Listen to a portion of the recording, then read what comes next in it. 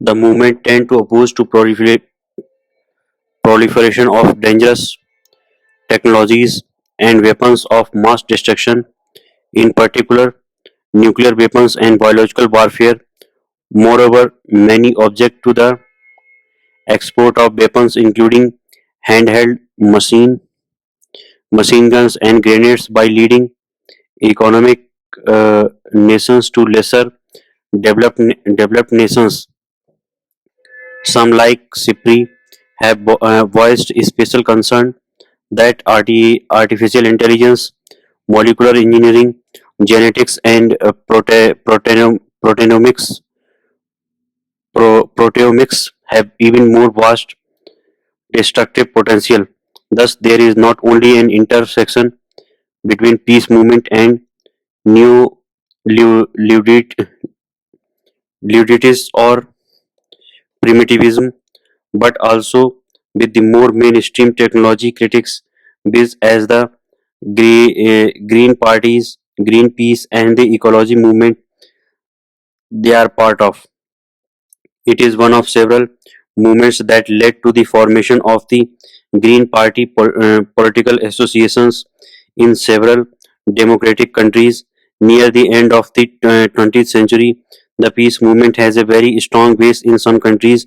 Green parties, such as in Germany, perhaps reflecting that country's negative experiences with militarism in the 20th century. History of peace movements by reason. The history will begin with the countries that suffered during World War II and which effectively began the post-war period in a position of submission and wrote peace into their contributions. Next will be the English-speaking states of the world and the arguments more familiar to the English-speaking reader, which intersect with the current events most strongly and are the current focus of the peace movements worldwide. Germany, Ge- number one, Germany. Green parties and related political associations were formed in many democratic countries near the end of the 20th century. The peace movement has a very strong influence in some countries. Green parties, Germany, these sometimes have exercised decisive influence over policy during 2002. The German Greens influenced German Chancellor Gerhard Schroeder by their control of the German Foreign Ministry under Joschka Fischer, a Green and the single most popular politician in Germany at that time, to limit his involvement in the war on terrorism and eventually to unite with French President Jacob Chirac, whose opposition in the UN Security Council was decisive in limiting support for the US plan to invade Iraq. Israel. The Israeli-Palestinian and Arab-Israeli conflict have existed since mid-19th century creation of Zionism. However, since the 1948 formation of the State of Israel by the Allied powers led by the US and the UK, the West Asian region has been in turmoil after the formation of Israel. The non-Jewish population who were living there since a cent- cent- few centuries post the exodus of the Jews to different parts of the world have been ejected and rendered homeless. In fact, the Palestinians have become refugees living on the periphery of Israel and on the banks of the river Jordan for long. The struggle of the Palestinian people that witnessed decades of violence and suffering has ultimately led to the establishment of the Palestinian state. However, the belli- belligerent stance of Israel, its occupation of Palestinian and other Arab lands, its regular establishment of settlements in occupied Palestine, Palestine has rendered the region since stable peace. It is significant to note that notwithstanding this policy of the Israeli state, peace movements and efforts to establish peace in the region have been essayed even by organizations based in Israel. In fact, the Palestinian issue is so critical that securing stable peace and the establishment of the rule of law, equity, and justice for the Palestinians is mandatory for regional international peace and stability. Peace Now. The mainstream peace movements in Israel is Peace Now, Shalom, Akshav, whose supporters tend to vote for the Labour Party or Mayor. Peace Now was founded in the aftermath of Egyptian President Anwar Sadat's historic visit to Jerusalem, when many people felt that the chance for peace might be missed. PM Begin acknowledged that the Peace Now rally in Tel Aviv at the eve of his departure for the Camp David summit with Presidents Sadat and Charter, drawing a crowd of 1 lakh at 1 lakh, the largest peace rally in Israel until then, had a part in his decision to withdraw from Sinai and dismantle Israeli settlements there. Peace Now supported Begin for a time and hailed him as a peacemaker, but turned against him when withdrawal from Sinai was accompanied by an accelerated campaign of confiscation and settlement building in the West Bank. During the war against Lebanon in 1982, Peace Now, under the aegis of the Committee Against the Lebanon War, held large protests, which drew several Peace Now grassroots activists. Also Peace Now members who had been drafted for the war called the movement leadership from the front line, giving eyewitness testimonies on the falsehood of the government propaganda on the conduct of the war. This resulted in Peace Now changing its position and launching an intensive campaign against the war. The Sabra and Satila massacre in September 1982 uh, precip- precipitated an unprecedented week of demonstrations throughout Israel. Dozens of demonstrators being dispersed with tear gas and hauled to detention in Tel Aviv and Jerusalem.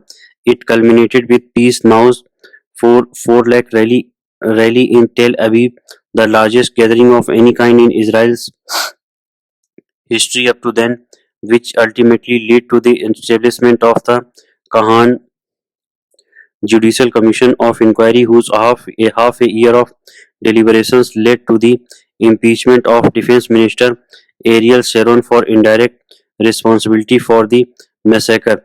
Peace Now is an advocate for a negotiated peace with the Palestine. Originally, this was boarded vaguely with no definition of the Palestinian or who represents them. Peace Now joined the dialogue with the Palestinian Liberation Organization (PLO), stated by such groups as the Israeli Council of Israeli Palestinian Peace and the Hadass Communist Party. Only in 1988 did Peace Now accept that the PLO is the body regarded by the Palestinians themselves as their representative. During the first Intifada, Peace Now held numerous protests and rallies to protest the army's cruelty and call for a negotiated withdrawal from the occupied territories. At that time, Peace Now strongly targeted then Defense Minister Itzhak Rabin for his rigid stance against the Palestinian protesters. However, after Rabin became Prime Minister, he signed the Oslo Agreement, shook hands with Yasser Arafat, Palestinian leader, on the White House lawn. Peace Now strongly supported him and mobilized public support for him against the settler, increasing vicious attacks. Peace Now had a central role in the 4th November 1995 rally, after which Rabin was assassinated by Eagle Amir. an extreme right-wing militant. Since then, the annual Rabin Memorial rallies held every year at the beginning of November have become the main event of the Israeli peace movement, drawing crowd in the tens or hundreds of thousands, while officially organized by Robin Family Foundation. Peace now is presence in these annual rallies in always conspicuous.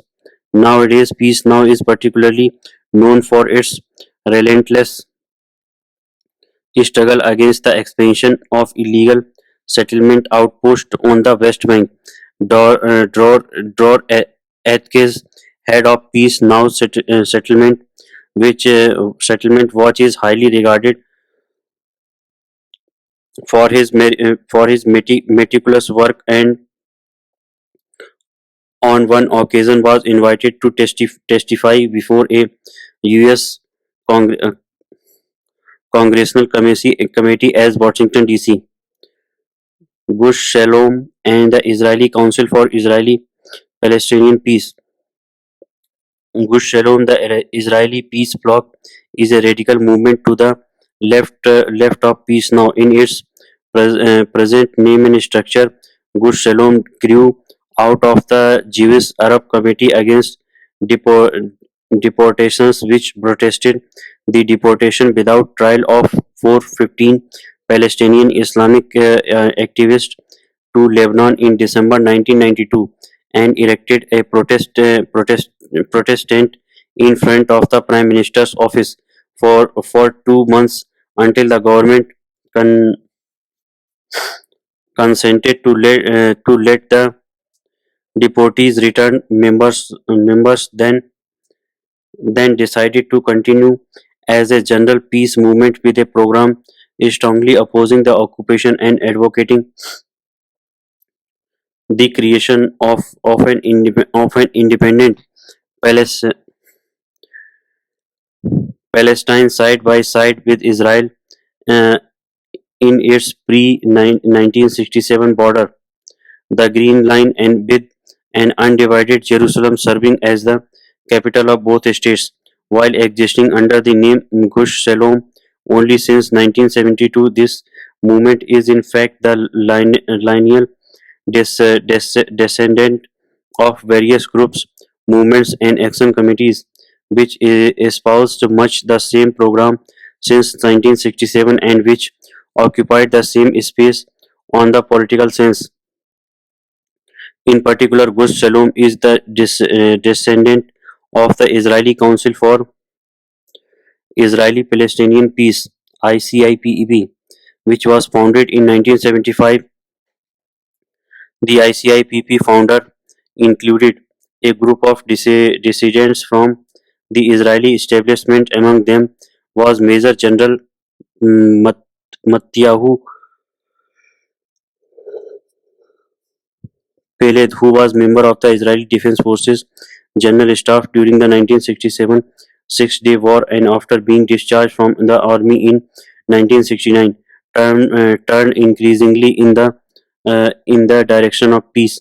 The major achievement of the I- ICIPP was the openings of dialogue with the PLO with the aim of making Israelis understand the need of taking and reaching a peace deal with the Palestinian terrorists, and conversely making Palestinians aware of the need to talk to and eventually reach deal with the Zionist enemy. In fact, after the signing of the Oslo Agreement in September 1993, meetings with the PLO became not only legal but also official government policy. Members of Gush Shalom, into which the ICPP merged, who came to meet Yasser Arafat, found themselves rubbing shoulders with senior Israeli government officials. Another Gush Shalom campaign involves the boycott of settlement products, with a detailed list of industrial and agricultural products maintained on the Gush Shalom website, with the public in Israel and abroad called upon not to consume such products since the proceeds go to strengthen the settlements, which are the main obstacle to peace in West Asia. Unlike peace now, Gus Salom persistently supports conscientious objectors and those who refuse to render military service to the occupation. At present, Gus Shalom activists are mainly involved in daily struggle at the Palestinian West Bank villages, which have their land confiscated by the separation barrier erected or ostensibly to stop suicide bombers and actually to implement the de facto annexation of large tracts of land to Israel and to make them available for settlement expansion. Gush activists are to be found together with those of other Israeli movements like Ta'yush and Anarchists Against the Wall, joining the Palestinian villagers of Bill in the weekly non-violent protest marches held to protest confiscation of more than half of the village lands. Although Gush Shalom earned itself respect among peace-seeking Israelis as well as in the US and Europe, it is regarded by mainstream Isra- Israelis as a purely pro-Palestinian movement. This is not surprising given the enormous campaign waged against the movement in the Israeli media, with the Gush Shalom's own voice hardly being given an opportunity to be heard. Gush Shalom's position was and remains that all people have the right to self-determination and to oppose foreign rule and occupation, and that the Palestinians have this right no less than Israelis had it, where they launched an uprising against British colonial rule between 1945 1945 to 1947, and the Americans exercised it between 1775 and 1771. That is no way gives the right to attack the civilian population of the oppressor nation, and such attacks deserves all the condemnation. Both sides to the Israeli-Palestinian conflict, as long as it has not been resolved, must adhere to that rule and avoid harming civilians. It is less known either in Israel or internationally that the number of Palestinian children killed in IDF attacks and raids since 2000 are three times the number of Israeli children killed in Palestinian suicide bombings. Canada. Canada has a diverse peace movement with coalitions and networks in many cities, towns, and regions. The largest cross-country umbrella coalition is the Canadian uh, Peace Alliance, whose 140 member groups include large city-based coalitions, small grassroots groups, national and local unions, faith, environmental, and student groups with a combined membership for over 4 million Canadians. The Canadian Peace Alliance has been a leading voice along with its member groups opposing the war on terror. In particular, the CPA opposes Canada's complicity in what it views as misguided and destructive US foreign policy. Canada has also been home to a growing movement of Palestinian solidarity marked by increasing number of grassroots Jewish groups opposed to Israel's policies, in many cases likening them to apartheid, war crimes, and ethnic cleansing. The Canadian Peace Congress 1949 to 1990 was a leading organizer in the peace movement for many years, particularly when it was under the leadership of James Gareth and Endicott, who was its president until 1971. United Kingdom UK. The National Peace Council (NPC) was founded in 1908 after the 17th Universal Peace Congress in London, July-August 1908. It brought together representatives of a considerable number of national voluntary organizations with a common interest in peace, disarmament, and international and race relations. The primary function of the NPC was to provide opportunities for consultations and joint activities between its affiliated members to help create an informed public opinion on the issue of the day and to convey to the government of the day the views of the substantial section of British life represented by its affiliated membership. The NPC folded in 2000 to be replaced in 2001 by the Network of Peace, which was set up to continue the networking role of NPC. Post World War II, peace movement efforts in the UK were initially focused on the dissolution of the British Empire and the rejection of imperialism by the US and the USSR. The anti-nuclear movement sought to opt out of the Cold War and rejected such ideas as Britain's little independent nuclear deterrent blind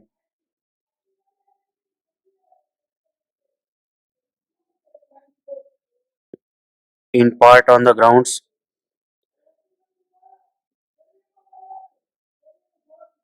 that blinds was in contradiction even even with mutually assured distinctions. Anti-nuclear campaigning in the early 1950s was the first focused on the small direct action committees who organized the first elder Eldermaston marches in 1958. The DAC were later to merge into the much larger Committee of 100 Committee for Nuclear Disarmament. The formation of CND tapped by despite popular fear and opposition to nuclear weapon following the development of the first hydrogen bomb, and in the late 1950s and early 1960s anti-nuclear marches attracted large followings, especially to the annual Eldermaston March at Easter. However, at the Committee of 100 had a non-hierarchical structure and no formal membership. Many local groups sprang up calling themselves Committee of 100. This helped in the promulgation of civil disobedience, but it produced policy confusion, and as the decade progressed, the committee of 1200 groups engaged in actions on many social issues not directly related to war and peace. The Vietnam Solidarity Campaign (VSC), led by Tariq Ali, mounted several large and violent demonstrations against the Vietnam War in 1967-68. But the first anti-Vietnam demonstrations was at the U.S. Embassy at London that took place in 1965. The peace movement was later associated with the peace camp movement as Labour moved more to the center under Prime Minister Tony Blair. By early 2003, the peace and the anti-war movement mostly grouped together under the banner of Stop the War coalition was powerful enough to cause several of Blair's cabinet to resign, and hundreds of Labour members of parliament to vote against their government. Blair's motion to support militarily the US plan to invade Iraq continued only due to support for the UK Conservative Party. Protests against the invasion of Iraq were particularly vocal in UK. Polls suggested that without the UN Security Council approval, the UK public was very much opposed to involvement, and over 2 million people protested in Hyde Park, London, United States of America (USA). Although there was a substantial organized resistance to foreign wars in the US since the nation's origin, this was often simply an outgrowth of non-interventionism or religious pacifism, and not in general a coherent mass movement with unified goals. Until after World War II, these movements were dismissed by most in the US foreign policy establishments as impractical as the country entered the Cold War era 1948-1990. Some peace groups which as the United World Federalists hoped to secure world peace though integrated world government. The peace movement in World War II. Opposition to World War II was limited in the US, but included the War Resisters League, the Fellowship of Reconciliation, and the Catholic Worker Movement. The Cold War, the 40s and 50s, with the Cold War tensions rising, the Progressive Party became a home for the peace movement. Like the American peace mobilization before the war, they were accused of harboring communist sympathies. In the election campaign of 1948, the Progressive Party supported appeasement of the Soviet Union and a ban on nuclear weapons. They opposed the Berlin airlift and the Marshall Plan. They received over 1 million popular votes but no electoral votes. There was a relatively small amount of domestic protest relevant to the Cold War in the 1950s, which witnessed a large buildup of both nuclear and conventional weapons both in the US and the Soviet Union. The lack of protest was in part due to McCarthyism. General MacArthur raised the ante of anti-communism through his rabid stance on the military front and in the field against the communists and communism as an ideology per se, and the general disdain for those who did not view communist expansion as a threat. It was at this time that the uh, Eisenhower administration developed the policy of mutual assured destruction. According to this notion, the two superpower possession of nuclear weapons was viewed as a deterrent that would prevent any such war from taking place. MAD became a central doctrine to the US foreign policy to contain communism. One may reasonably date the open and public resistance to this process to the departing comments of Eisenhower, Eisenhower, who wanted that the US was in peril of being politically dominated by a military industrial complex. During the Kennedy era, it was a white-knuckled nuclear brickmanship with a Cuban Missile Crisis, October 1962. However, the signing of the Test Ban Treaty and the nuclear arms control talks of the 1960s was a shot in the arm for the pacifist. Pacifist. 16 The anti-Vietnam War movement 1962 to 1975. The peace movement in the 1960s in the US succeeded in bringing an end to the Vietnam War. Lyndon Johnson not running for re-election as president was the direct result of the anti-war protests across the US. Some advocates in this movement advocated unilateral withdrawal of US forces from Vietnam to avoid further bloodshed and ease tension in the region. The opposition to the Vietnam War tended to unite groups opposed to US anti-communism, imperialism, and colonialism, and for those involved in the new left capitalism itself, such as the Catholic worker movement. Others, as Stephen Spiro, opposed the war based on the theory of just war. Advocates of the US withdrawal were known as dopes, and they called their opponents hogs. High profile opposition to the Vietnam War turned to street protest in an effort to turn the U.S. political opinion against the war. The protest gained momentum from the civil rights movement that has organized to oppose segregation laws, which has laid a foundation of theory and infrastructure on which the anti-war movement grew. Protests were fueled by a growing network of independently published newspapers known as papers and the timely advent of venue large venue musical festivals as Woodstock and Grateful Dead shows, attracting younger people in search of generalization togetherness. The anti-war protest ended with the final withdrawal of troops after the Paris Peace Accord was signed in 1973. Momentum from the protest organizations became a main force for the growth of an environmental movement in the US. The 80s and 90s. During the 1980s, the US peace activists largely concentrated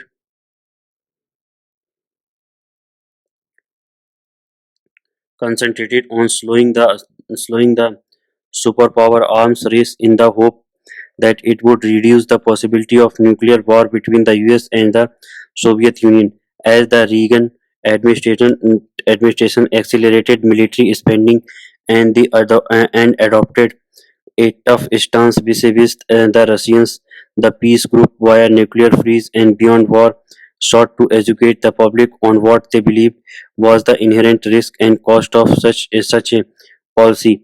Outreach to individual citizens in the Soviet Union and mass meeting using then new satellite link technology were part of peacemaking activities in the 1980s. The US peacemakers' priorities during the 90s included seeking a solution to the Israelis-Palestinian impasse, belated efforts at humanitarian assistance to war-torn regions such as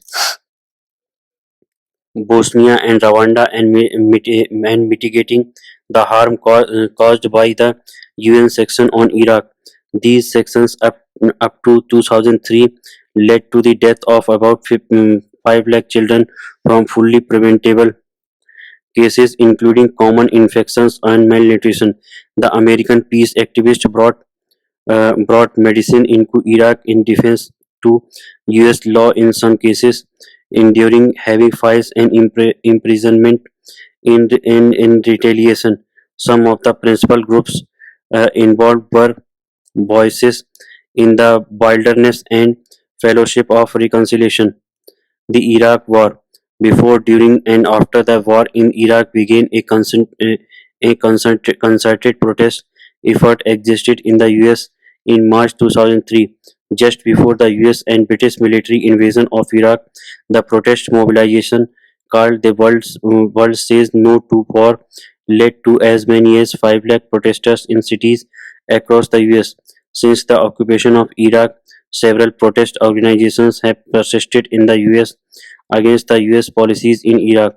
US activist groups included United for Peace and Justice, Women Said No to War, Code Pink, Military Families for Peace, MFFP, Military Families Speak Out, MFSO, Not in Our Name, Answer Veterans for Peace, and the World Can't Wait. Continue to protest against the Iraq War. Methods of protest include rallies and marches, impeachment petitions, the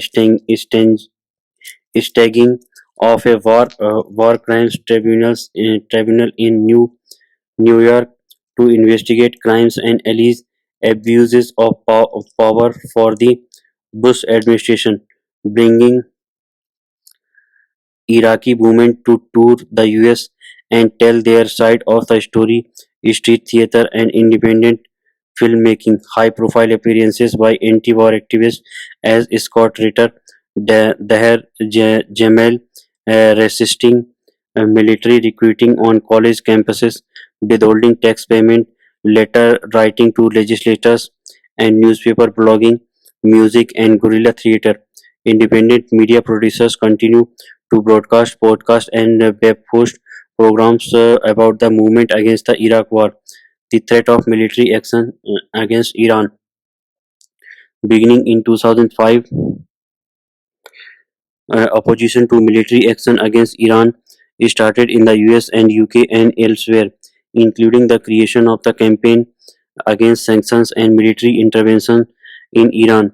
By August 2007, fears of an imminent US and or Israeli attack on Iran has increased to level that several Nobel Prize winners, along with several anti-war groups, including the Israeli Committee for a Middle East free from atomic and biological and chemical weapons, Campaign for Nuclear Disarmament, Kasmi, Code Pink, and many others warned about what they believed was the imminent risk of an unprecedented scale, this time against Iran, especially expressing concern that an attack on Iran using nuclear weapons had not been ruled out. They called for the dispute about Iran's nuclear program to be resolved through peaceful means and a call for Israel as the only Middle Eastern state suspected for possessing nuclear weapons to join the Nuclear Non-Proliferation Treaty. Domestic peace movement in the US. The peace movement in the US is perhaps less popular in the media, but supported by vast numerous professionals in several areas. With gang violence prevention, domestic abuse counseling, violence against children awareness, and character education in primary schools. Gang violence prevention is primarily a regional effort led by local law enforcement and special programs within schools. Domestic abuse counseling is supported by several non-profit organizations. Violence against children awareness character education is a growing program in American primary school education, recognized as a pillar of strength in the foundation of US society along with strong family support. Character education resources are used broadly to shape young minds. Day of Silence for Peace, also known as the Peace Movement. The Day of Silence for Peace follows the tradition of rallies that use silence to be noticed. Participants wear a piece of white cloth across their mouths with peace written on it to symbolize their unity and readiness to change their world. It means they are tired of the status quo and are willing to challenge it. It hopes to achieve unity and the sense of empowerment for its participants, including the knowledge that they can have an impact without traveling to the far corners of the earth. The first day of silence was observed on 23rd October 2003. India. India, the greatest peace movement in the world, was led by the uh, Apostle of Peace M.K. Gandhi to rid India of British colonial rule. India attained independence from British rule by a peaceful and non-violent movement of the people. Gandhi's technique of ahimsa and satyagrah caught the imagination of mankind and has been and is replicated in several protest movements across the world. In fact, the mighty British were forced to grant independence in 1947 due to the power of peaceful protest of the people of India transcending region, caste, and religion. Though there were a few aberrations, the non-cooperation and civil disobedience methods adopted by Gandhi were basically peaceful techniques. The British did uh, did leave uh, did leave India, but left it divided by partitioning it and creating Pakistan. Over the past decades, there has been conflict and a trust deficit between the two countries. However, for peace to prevail prevail in the region, it is important that the people, civil society, and champions for peace compel the governments of both the countries to work out a peaceful solution to all outstanding problems in the interest of stable peace in the South Asian region. In the domestic milieu, the two regions, Kashmir and the Northeast, have witnessed violent conflict leading to death and destruction over decades. The people of Kashmir and the northeastern east seem to be helpless victims of history and are caught between the violence of the insurgent separatist tendencies, as also the counteraction by the men in uniform. Several groups and members of the civil society have been yearning and urging both the sides to end the sake of confrontation and work towards a peaceful resolution of all the issues in in contention politically and through dialogue. In this regard, the efforts of groups in the northeast, with the Naga Mothers Association, Naga Hoho Church Organization, and other civil society groups, have been responsible for the holding of ceasefire in the state since 1997. However, a permanent solution to the problem in the northeast is still elusive. Both the insurgent groups operating in different parts of the northeast and the government have to seek a peaceful solution to the problems facing them. It is imperative to state that no problem can ever be solved by the by the recourse to force arms. The need of the hour today in Kashmir and the northeast is to ensure stable peace and secure the confidence of the people living there. In this direction, it is important for the government to reorient its policy of using excessive force to suppress dissent. In this direction, a relook at the Armed Forces Special Powers Act 1958, operative in these two regions, is merited. It is time that the concerned heed heed to the call of all right thinking people to do away with the draconian provisions of this act that has led to several innocent people being subjected to pain and suffering. The peaceful protest fast in Manipur by Irom Sarmila since 2001, almost a decade for lifting of this act, has now become the focal point of the peace movement against all kind of violence and atrocities being perpetuated in the region. Summary: if peace movements do end wars, does that mean protests are futile? Definitely not. Indeed, peace movements have shaped history. The list begins with setting limits on war makers in raising the cry "Never again."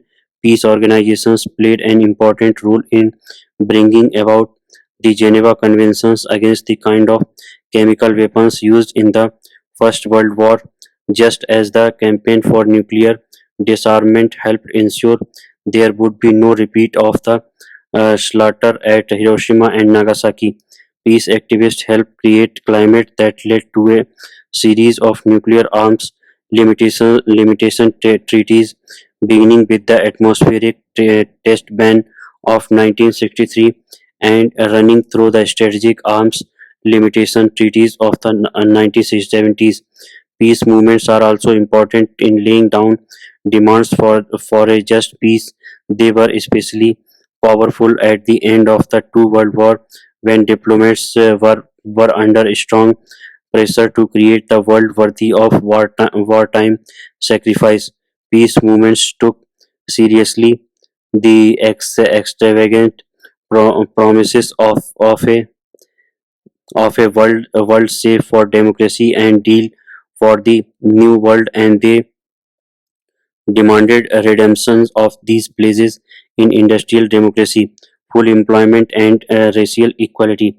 They pressured framers of the Union to prevent future wars by creating international machinery to resolve disputes and by removing the social and economic grievances believed to be the root cause of war.